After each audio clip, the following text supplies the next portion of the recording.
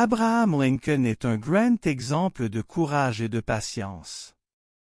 Il est né le 12 février 1809 dans une petite maison en bois à Hodgenville, dans le Kentucky. Sa famille était très pauvre. Ses parents, Thomas et Nancy, travaillaient beaucoup, mais ils avaient peu d'argent. Leur maison n'avait qu'une seule pièce.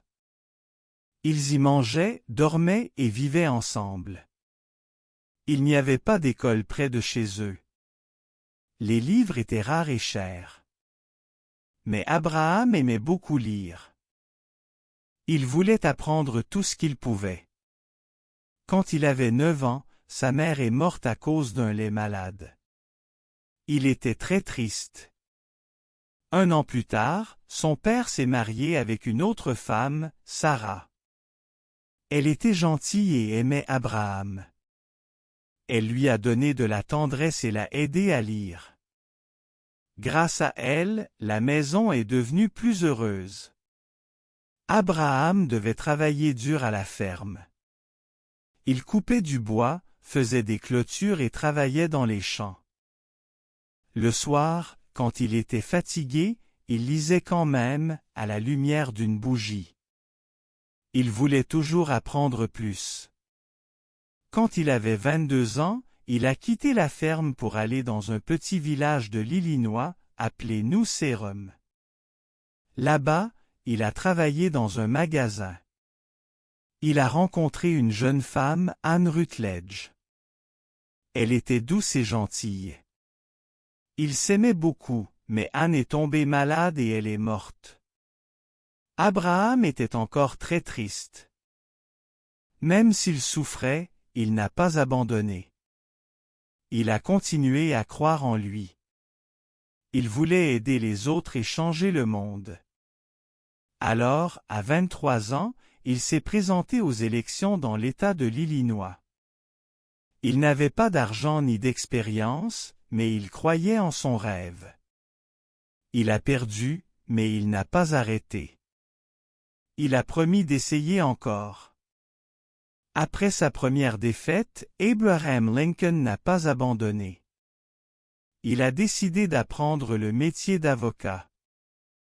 Il n'avait pas d'école ni d'argent pour étudier, alors il a appris tout seul. Il a emprunté des livres de droit et il a étudié tous les soirs. Il répétait ses discours devant un miroir pour parler mieux. Après plusieurs années d'efforts, il a réussi l'examen du barreau en 1836. Il est devenu avocat à 27 ans. Abraham a commencé à travailler comme avocat dans la ville de Springfield, dans l'Illinois. Les gens l'appelaient « Honest Abbé, Abbé l'honnête ». Il était juste et sincère. Il défendait les pauvres et disait toujours la vérité. Les gens l'aimaient et lui faisaient confiance. Même quand il a eu du succès, il est resté simple et gentil. Il voulait aider le pays, pas seulement gagner de l'argent. En 1834, à 25 ans, il a été élu à l'Assemblée de l'État de l'Illinois. C'était le début de sa vie politique. Là, il a parlé de sujets importants, comme la liberté et la justice.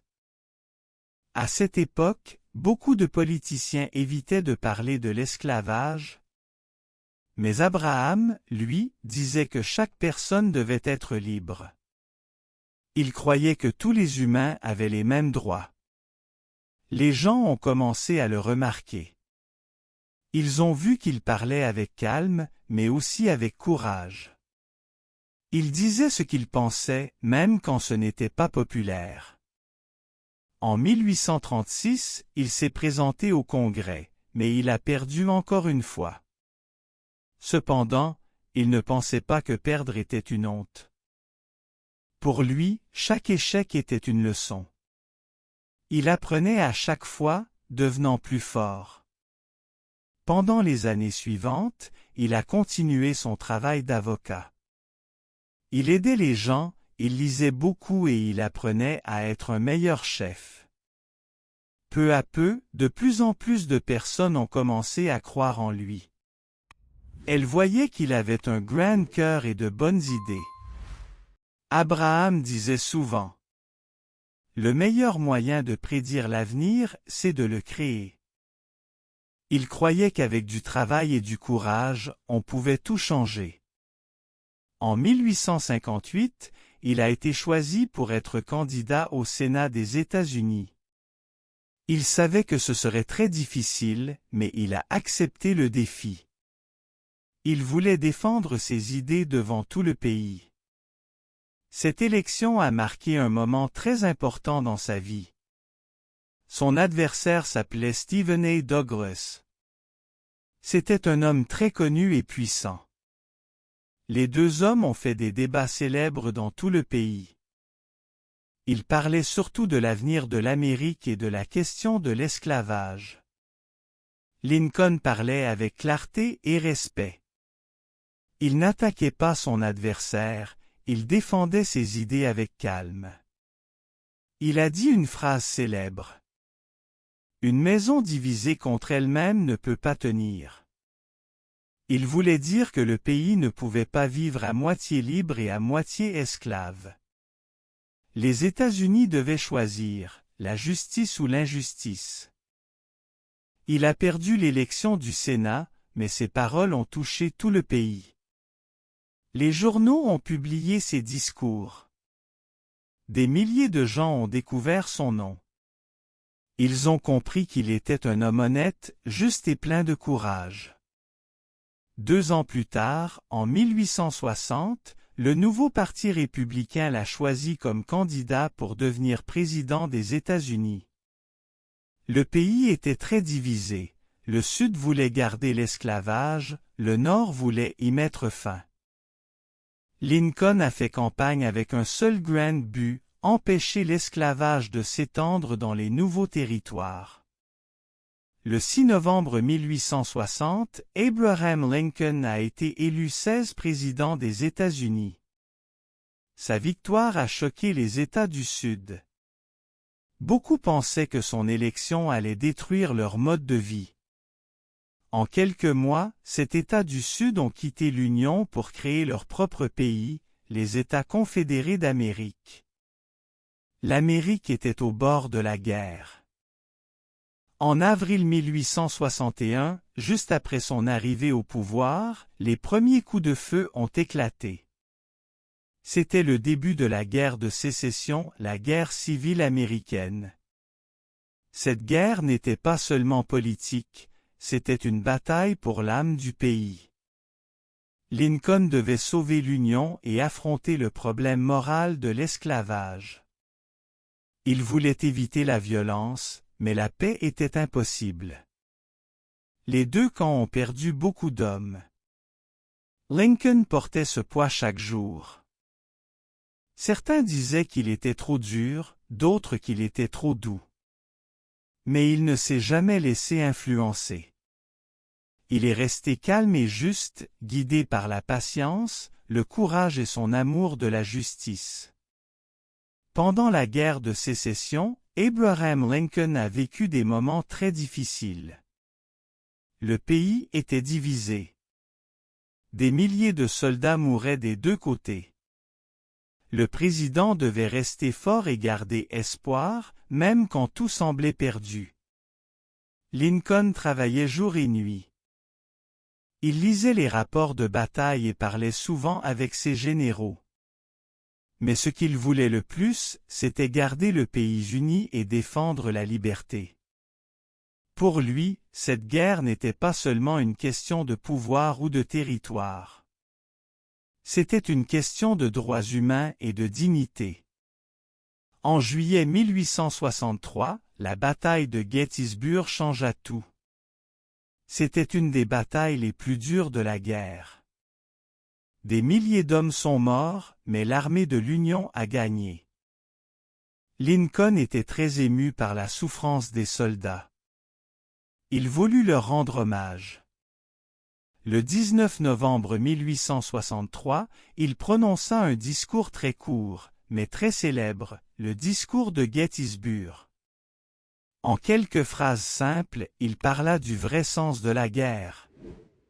Il rappela que le pays devait avoir une « nouvelle naissance de liberté » et que le gouvernement devait toujours être « du peuple, par le peuple et pour le peuple ». Ces mots sont devenus un symbole d'espoir et de courage. Mais dans sa vie privée, Lincoln souffrait beaucoup. En 1862, son fils Willie mourut à l'âge de 11 ans. Ce fut une immense douleur pour lui et pour sa femme, Marie. Lincoln pleura beaucoup, mais il continua son travail de président. Il trouvait de la force dans sa mission, rendre son pays meilleur.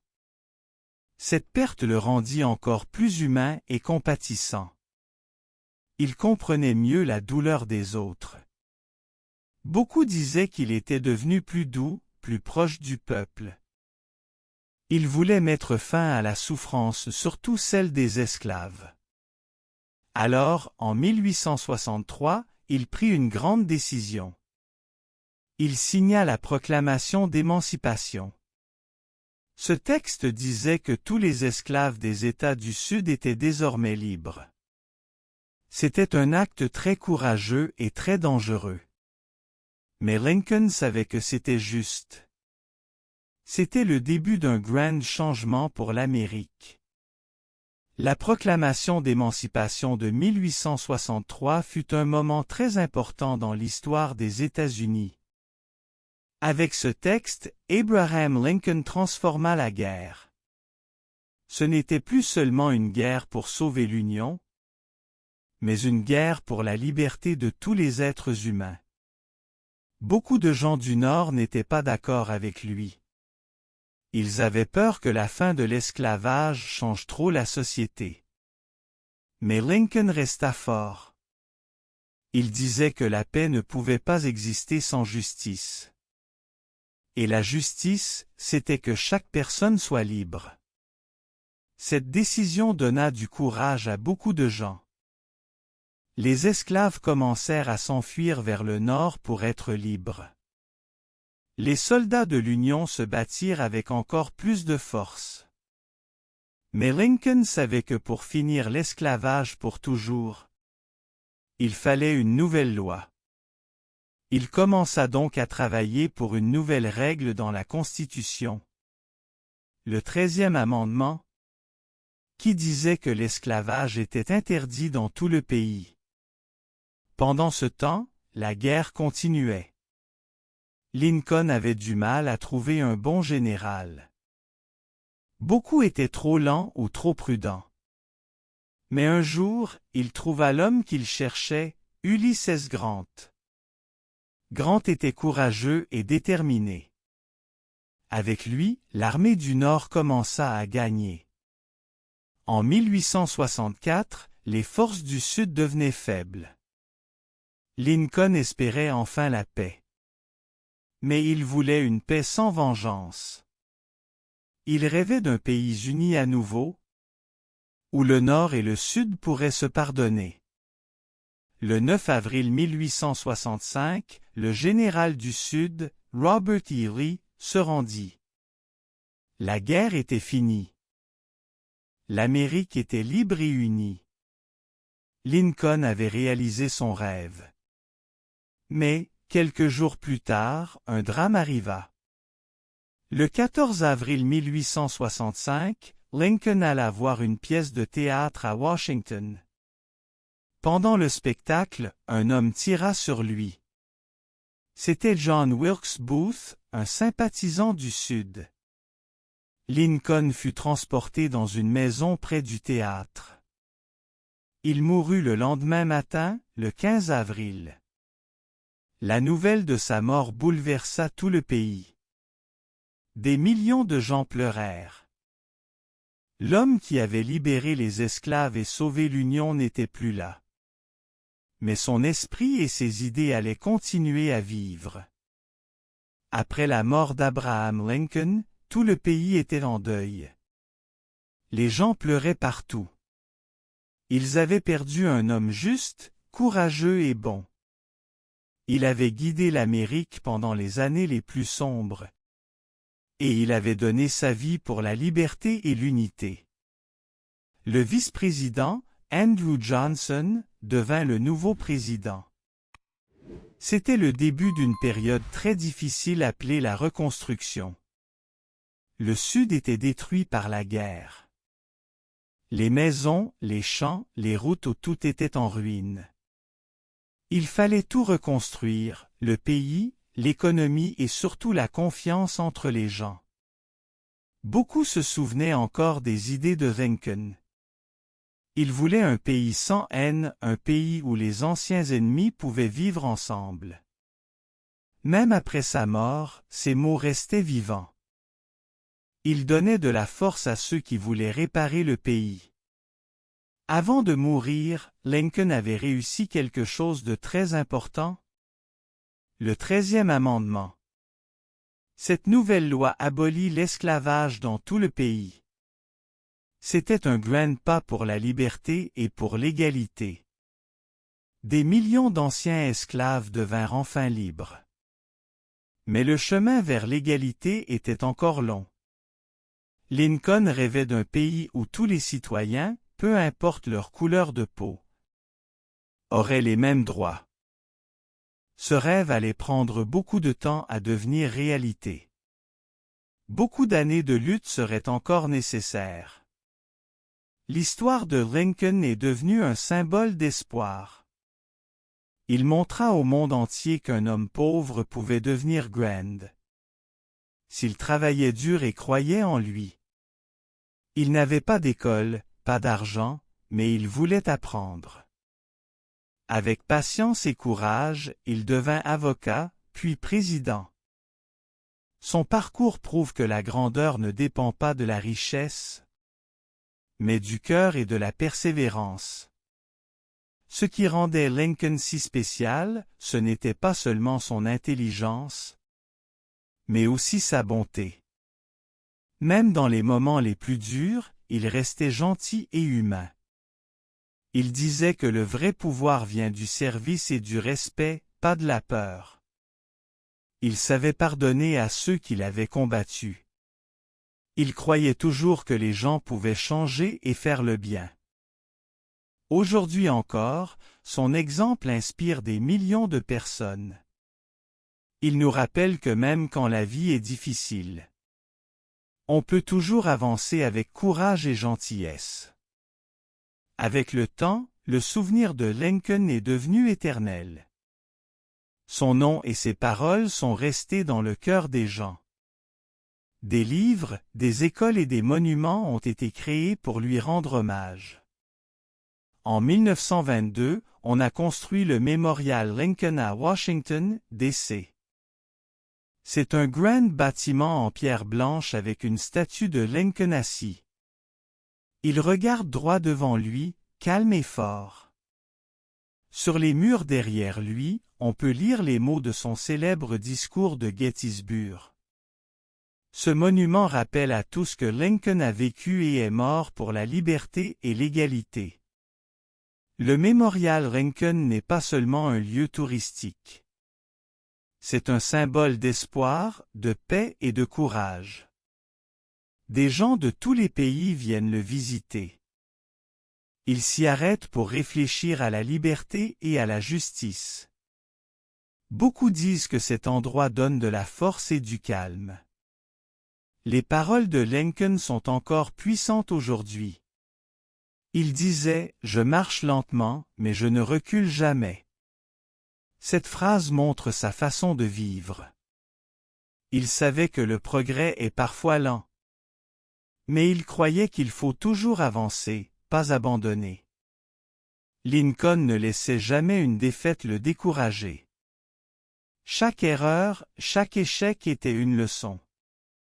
Il se relevait toujours, plus fort et plus sage. Son histoire prouve que le courage et la patience valent plus que la chance. Son plus grand héritage, c'est son courage moral. Il ne parlait pas seulement de justice, il agissait pour elle. Quand il a décidé de libérer les esclaves, il a risqué sa popularité et même sa vie. Mais il a tenu bon, parce qu'il croyait que chaque être humain mérite la liberté. Grâce à lui, l'Amérique a changé pour toujours. Il a donné au pays une nouvelle direction, fondée sur la compassion, l'égalité et la bonté. Et même aujourd'hui, ces valeurs restent importantes pour le monde entier. Les idées de Lincoln sont encore très importantes aujourd'hui. Il nous a appris que la bonté, la justice et le respect sont plus forts que la haine. Même dans les moments de peur ou de colère, il restait calme et juste. Il voulait un monde où chacun aurait les mêmes chances. Beaucoup de pays ont encore des injustices et des divisions, comme à l'époque de Lincoln. Mais son exemple nous montre que le changement commence avec le courage. Il faut croire en ce qui est juste, même quand c'est difficile. La vie de Lincoln n'était pas seulement une histoire politique. C'était aussi une histoire de croissance et de force intérieure. Il est né pauvre, il a connu la tristesse, la solitude et l'échec. Mais il n'a jamais abandonné. Il croyait toujours qu'un avenir meilleur était possible. Son histoire nous enseigne que la vraie grandeur ne vient pas de la richesse ou du pouvoir, mais du cœur et du caractère. C'est la manière dont on agit quand la vie devient difficile, qui montre qui on est vraiment. Lincoln nous rappelle que l'échec n'est pas la fin. Chaque défaite peut devenir une leçon pour avancer. Quand il perdait une élection ou vivait un malheur, il se relevait toujours. Son humilité et sa gentillesse faisaient de lui un vrai leader. Il écoutait les autres et comprenait leurs souffrances. De la vie de Lincoln, on peut retenir 4 grandes leçons. Rêver grand, commencer petit. Ne pas avoir peur. Aimer et diriger avec compassion. Et croire à l'égalité entre tous. Il a montré que, peu importe nos origines, chacun peut changer le monde avec de la volonté et du cœur. Son histoire nous pousse à rester forts, à croire en nos valeurs et à construire, pas à pas, un futur plein de justice, d'espoir et d'unité.